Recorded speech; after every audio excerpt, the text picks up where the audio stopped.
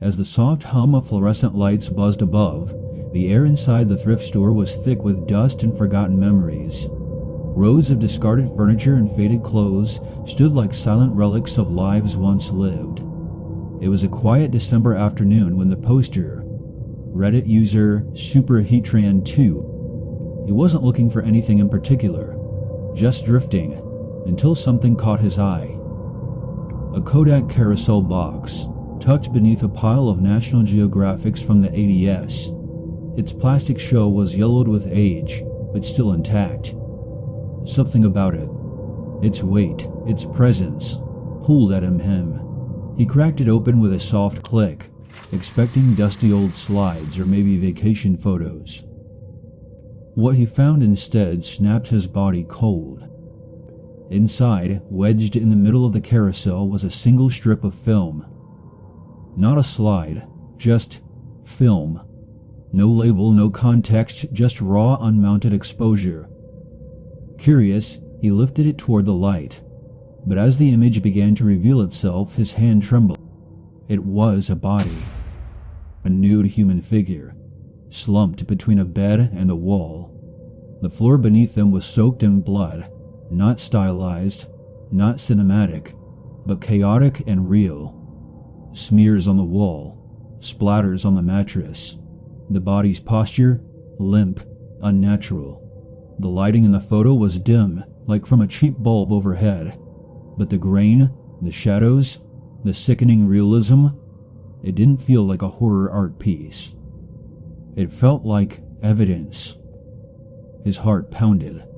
He staggered back, nearly dropping the film. "What the hell is this?" he whispered, eyes darting around as if someone else might have been watching. No one was. Just the quiet hum of the thrift store and the echoing silence of the dead. He left the carousel behind but kept the film photo. His instincts screamed at him. "Don't buy this. Just report it." 30 minutes later. Still shaken, the OP parked outside the store and called the non-emergency line. His voice trembled as he explained what he'd found. A possible crime scene photo, left behind in a thrift store. The dispatcher asked him to wait. An officer would be sent when available. So he sat there, in his car, staring at the photo again. Each time he looked, it got worse. Details he hadn't seen before.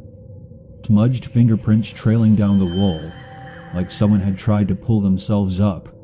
Stains that weren't just blood, but patterns, like the victim had struggled before dying. Even the body type, the lack of cinematic gloss, the unflattering realism, it was too genuine to be fake. An hour passed. Then the patrol car pulled up. The officer was polite, cautious.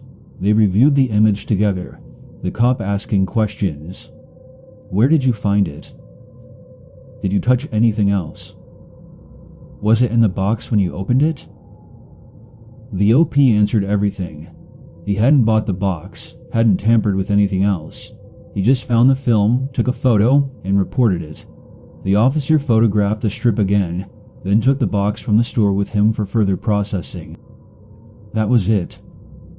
No drama, no cinematic arrest, just the raw unease of something deeply wrong, now left in the hands of authorities. But the internet wasn't done with it. That night, the OP uploaded a clearer version of the photo, using his Apple Watch as a light source. The comments erupted. "This doesn't seem fake. If it is, it's incredibly well done. There are fingerprints on the wall. The way the blood runs, it's too messy to be staged. It's real. I'm convinced." One user's words chilled him the most. "This might be a trophy photo. Maybe from a killer. But how the hell did it end up in a thrift store?" Night fell. The thrift store closed, but the internet kept buzzing. After posting the clearer image of the film using his Apple Watch as backlight, Superheater2 triggered a wave of chilling speculation. Thousands of eyes now analyzed every inch of the photo. The details were as disturbing as they were hypnotic. One commenter, a self-proclaimed true crime junkie, broke it down. This isn't staged. If it were fake, it'd either be cleaner or way more over the top. But this is dirty, messy, real. The smears on the wall, the unflattering posture of the body, the fingerprints. Real crime scenes aren't cinematic. They're chaotic and sickening. This photo matches that chaos. Another added. There's no attempt to dramatize the shot, no obvious storytelling, it's just raw, like a moment frozen right after the horror happened. Others began asking questions. Where did this film come from? How old was it? Why was it just there? Superhero N2 chimed in, offering the few remaining clues he had. It wasn't in a slide frame, just jammed inside the carousel, in the middle. The film was sticky, like it'd been sitting for years in heat. I didn't smell it, but it clung to my finger when I touched it. Sticky. A small word, but it changed everything. Old film becomes sticky after decades of exposure to heat and humidity. That suggested the photo was authentic and old, possibly from the 1980s or early 1990s. The carousel box itself matched that era. No digital tampering, no printed fake. This was likely a real image from a real film roll. Someone then raised the question that still haunts the thread. What if it was a trophy photo? Taken by a killer, then forgotten, or left behind intentionally? That set off a storm of theories. Theory 1. The killer's trophy. According to some users, the photo could have been a trophy, a deeply disturbing keepsake taken by a murderer. But if that was true, how did it end up here? One Redditor offered a plausible explanation. My mom lives in a retirement community. There's a Savers nearby. When old folks die, their families just dump boxes of stuff at thrift stores without checking. Maybe this belonged to someone's uncle. Maybe they never knew what was in the box. The idea was terrifying. What if someone died, and in the chaos of clearing out their belongings, a piece of evil slipped through the cracks? A killer's past, unknowingly dropped off at a donation center. Theory 2. Crime scene teaching material. Others lean toward a more grounded theory. I once bought old materials from a house clearance. The previous owner taught criminology. One of the boxes had a real crime scene slide, unlabeled. It's possible this was used for teaching purposes, and forgotten. That would explain the realism and the film's age. Maybe it was evidence from a closed case. Maybe someone in law enforcement once used it for training. But then again, wouldn't such material be locked away, not casually boxed up? Theory 3. Law enforcement mishandling. Another theory sent shivers down the community's spine. What if this was police evidence from a solved or unsolved case? A detective dies, the family finds old boxes in the attic, and unknowingly gives them away. Suddenly, the idea of it being just a photo turned into a possible breach of justice. Evidence discarded, a murder buried, a victim forgotten. But there was one detail that no one could explain. Why was it the only image in the carousel? No slides, no sequences, no story told across multiple frames, just one single exposure. It didn't make sense. Someone asked, could this have been a warning?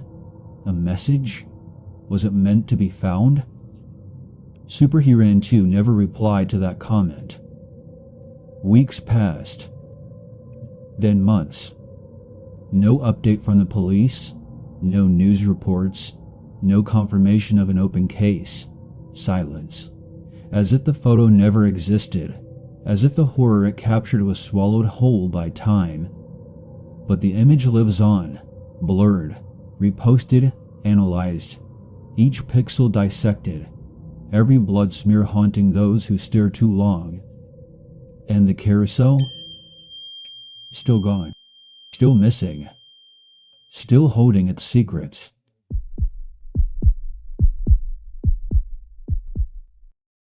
The trail should have felt peaceful. It was early September in Austin, Texas.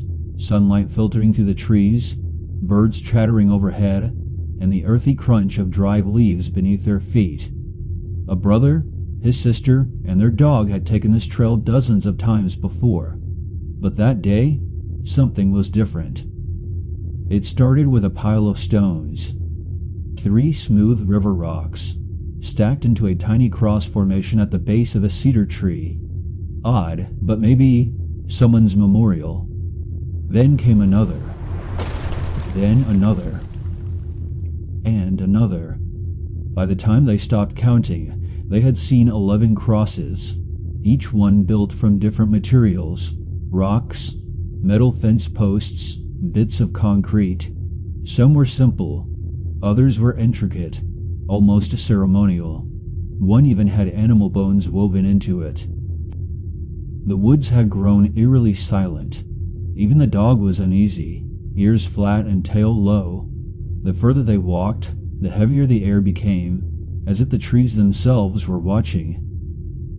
"I don't want to meet the person who built these," the sister muttered. That night, the Reddit user posted to r/Austin, "Stone crosses in South Austin, eh? Anyone know what's up?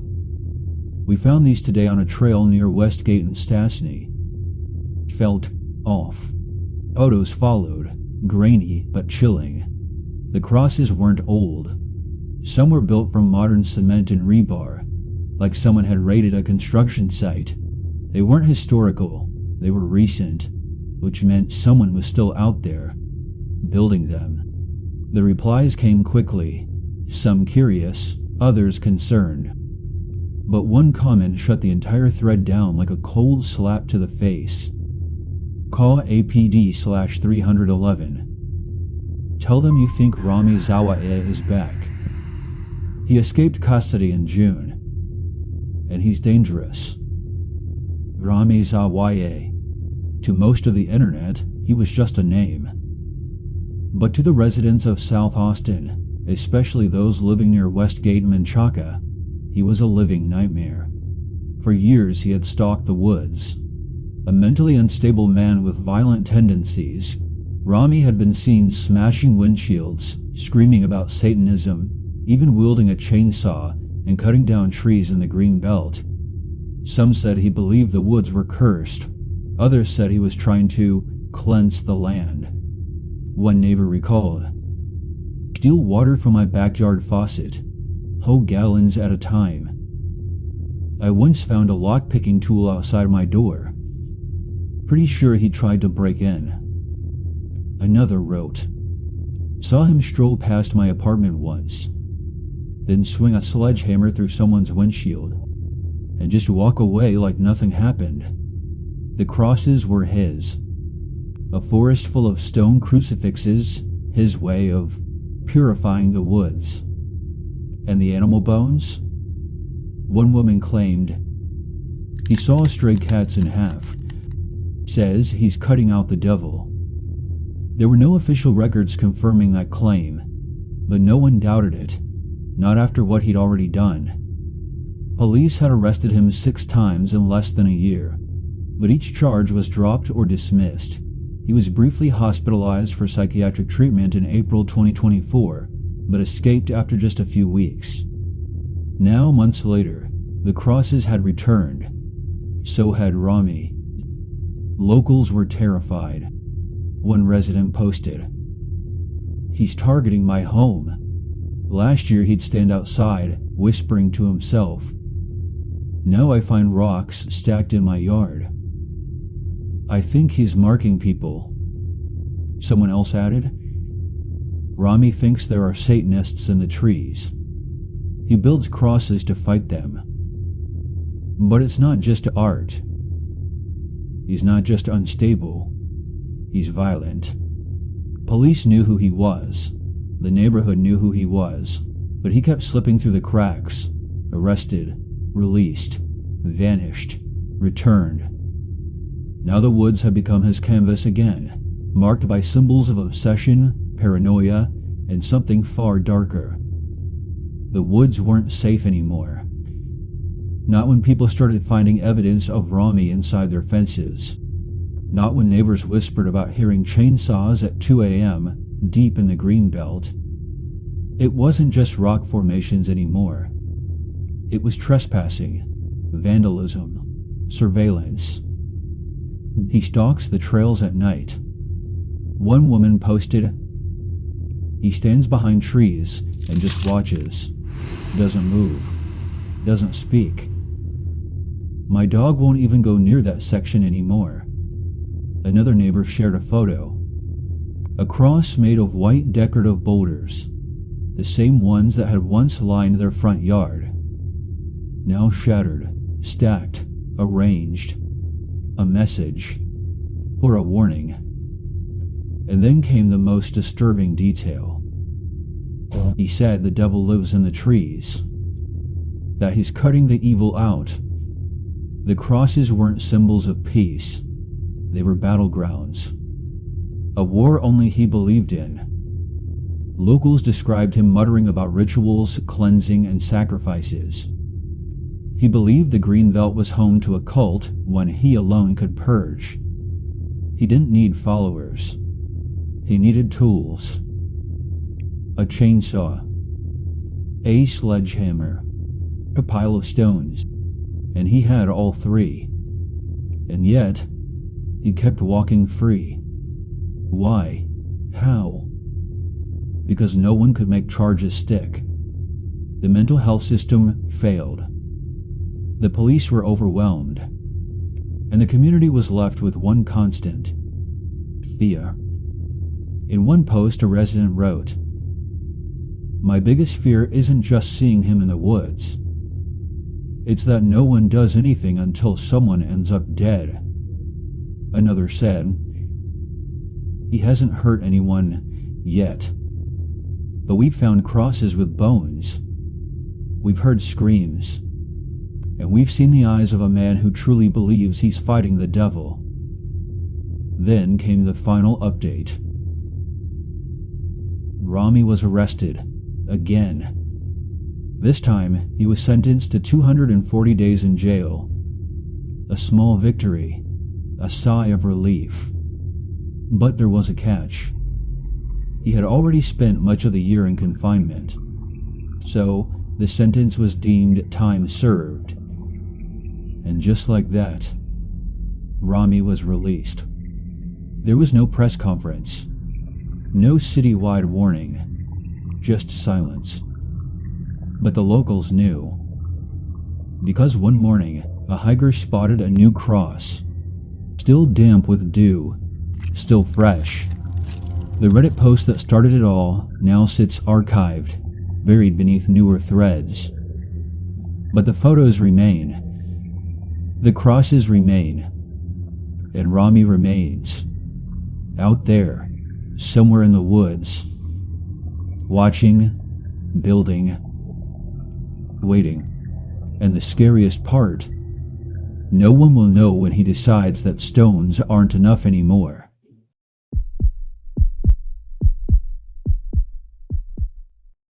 It began like any other night. A 16-year-old boy home from hanging out with friends sank into his bed with a plate of leftovers and turned on the TV. It was 2005. Streaming didn't exist. You watched what was on, and for him it was always Nickelodeon. Except that night, Nick wasn't on. What greeted him instead was a screen in grayscale, not black and white like an old movie, but cold, desaturated, dead. A wide landscape stretched across the screen, rolling hills covered in shadows, stretching endlessly. The sky above was blank, not dark, not light, just absent. And across the hills, hundreds of people walked slowly, naked, their skin pale, expressionless, their movements robotic, like marionettes pulled by invisible strings. They weren't running or screaming. They weren't even aware of themselves. They were all walking toward one thing: giant metal hamster wheels. A few had already entered the wheels. Their bodies trudged forward, pushing the massive mechanisms in endless mechanical rhythm. The rest followed in a line like a stream of zombies, heads down, eyes blank. No one spoke, no one resisted. The only sound was a low howling wind. It didn't rise or fall, it just droned, constant, ghostly. There were no credits, no dialogue, no transitions. Just humans. Walking. Marching. Obeying. He sat frozen. Confused. Then disturbed. "Why is this on Nickelodeon?" he whispered.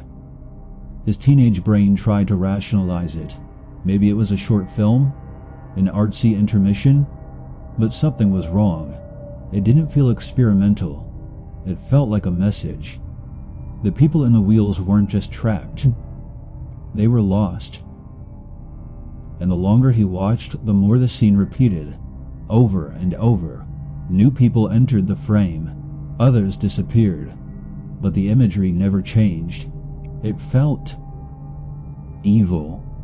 Subtitly, quietly, deeply. He grabbed the remote and switched the channel. Static. Then back. SpongeBob. Mid-episode. Already playing, as if nothing had been interrupted. His heart skipped. He jumped back and forth between channels. Nothing new. No sign of the grayscale video. No evidence it had ever aired. No late-night special. No odd broadcast. It was gone. And yet, he remembered everything. The skin tones. The empty eyes. The whine of the wind. The hopeless repetition. He never forgot that night. Years later, he would post the experience to Reddit's r/glitch_in_the_matrix, a community known for tales of reality shifts, time lapses, and things that don't belong. He titled the post, "Humans Walking in Hamster Wheels." To his surprise, the post exploded. Not with skepticism, but with recognition. "I saw this too. I think I remember this. I always thought I dreamt it, but no, this is real." Comment after comment from people who had no connection to each other, describing the same scene. They didn't remember the exact date. Some swore it was early 2000. Others claimed they saw it on public access channels. But the core imagery never changed. Gray landscape. Lifeless people. Hensha wheels. A few tried to rationalize it. Maybe it was a PSA that accidentally aired. A commercial for antidepressants maybe. But no one could find a match. No one could locate a clip. There were no official ads, no short films, no broadcast records that aligned. Someone suggested broadcast signal intrusion, like the infamous Max Headroom hijacking in 1987. That made sense. Except this wasn't aired during Doctor Who. It was on Nickelodeon, and no known hijack had ever shown this. As the post gained traction, the comments grew stranger. People weren't just remembering the scene, they were remembering the feeling. It felt heavy, like the screen was pressing on my chest. I kept watching, thinking it would change, but it never did. It felt evil, not horror movie evil, but quiet, ancient wrong.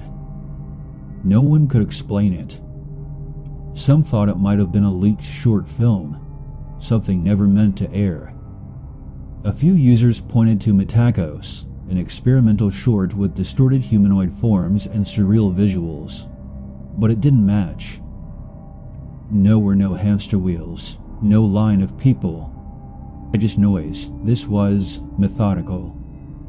Another suggested the 1985 Apple Lemmings ad, A dystopian commercial showing office workers blindly walking off a cliff, symbolizing conformity. It had similarities: blank faces, uniform movement. But again, the match wasn't exact, and it never aired on kids' networks. One of the most unsettling theories came from a now deleted account, but wasn't from here. What if you saw a layer of reality you weren't supposed to? Others lean toward collective memory corruption, the Mandela effect.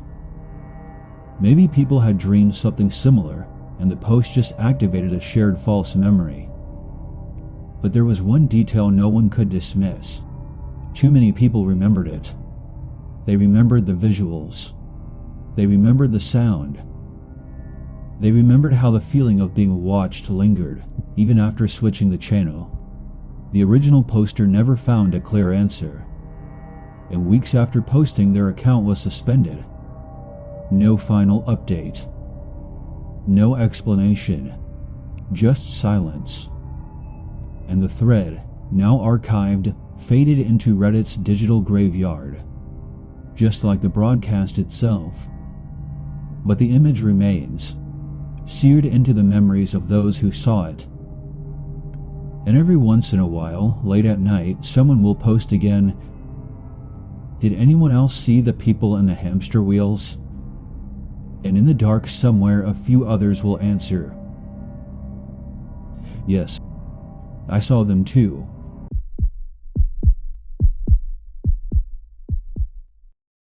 At first he thought it was just a stomach bug. Cramps, vomiting, a couple of sleepless nights. It was April 2020, the height of the pandemic. Everyone was anxious, tired, stretched thin. A little food poisoning didn't seem like a big deal. But then it happened again. And again. And always after dinner. He was 18, recently moved out of his parents' house. Things had been tense at home, so when his girlfriend and her older sister offered him the spare room in their flat, he accepted without hesitation. At first it was perfect.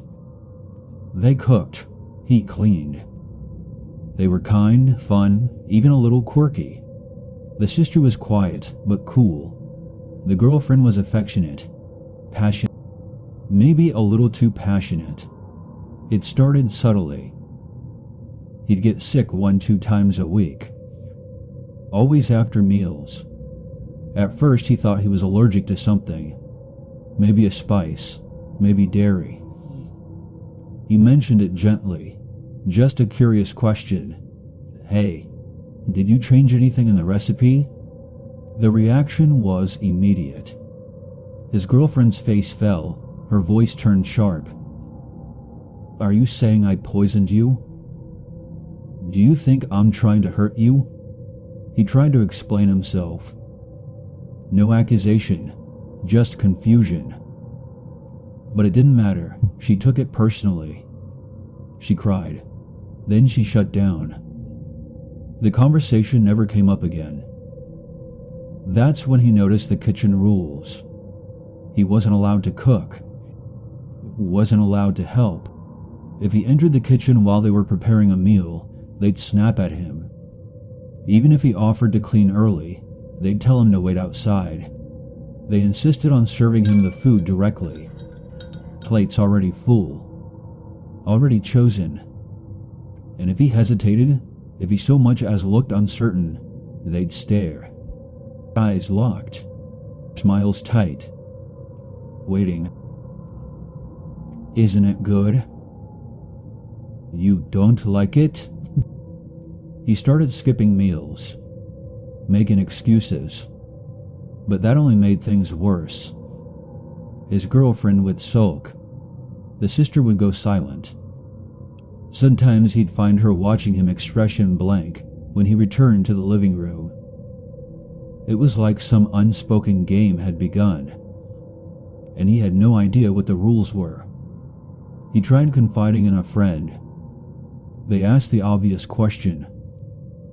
What if it's the food? That planted the seed.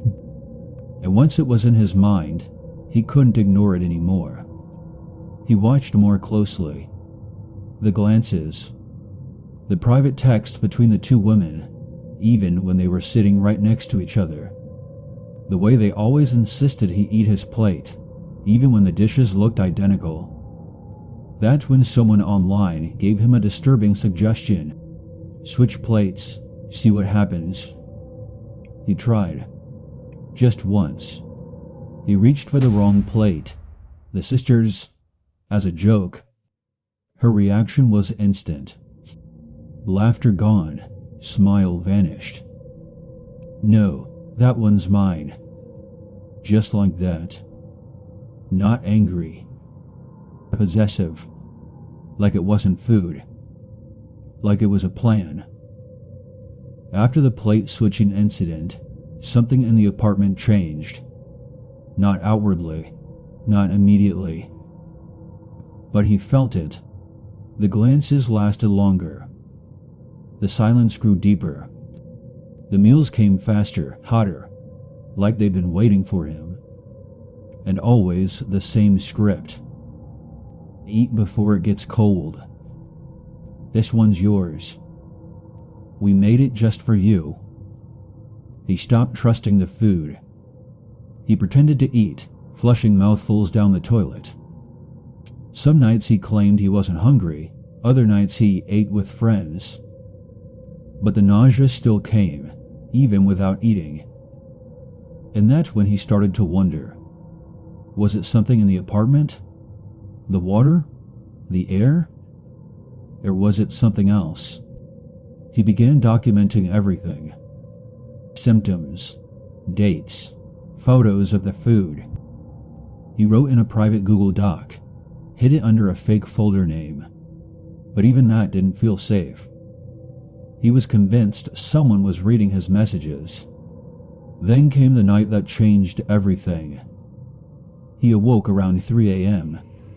Dry mouth, head pounding. The apartment was dark, except for a faint light under the kitchen door. He heard whispers. Soft, female. He crept out of bed and moved toward the hallway. The voices stopped. He paused. A slow, deliberate click echoed through the silence. The kitchen door was locked. The next morning they were smiling, cooking pancakes. Warm, sweet, familiar. But as he sat at the table, watching the syrup drip down the stack, something broke in him. He looked up directly into his girlfriend's eyes and said,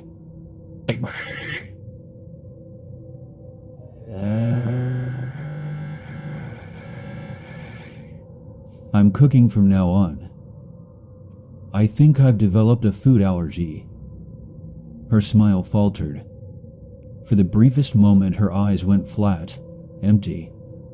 But then the grin returned. That's okay, babe. We'll make something you like tonight instead. He stood his ground. For the next week, he made his own meals, ate separately, washed everything himself.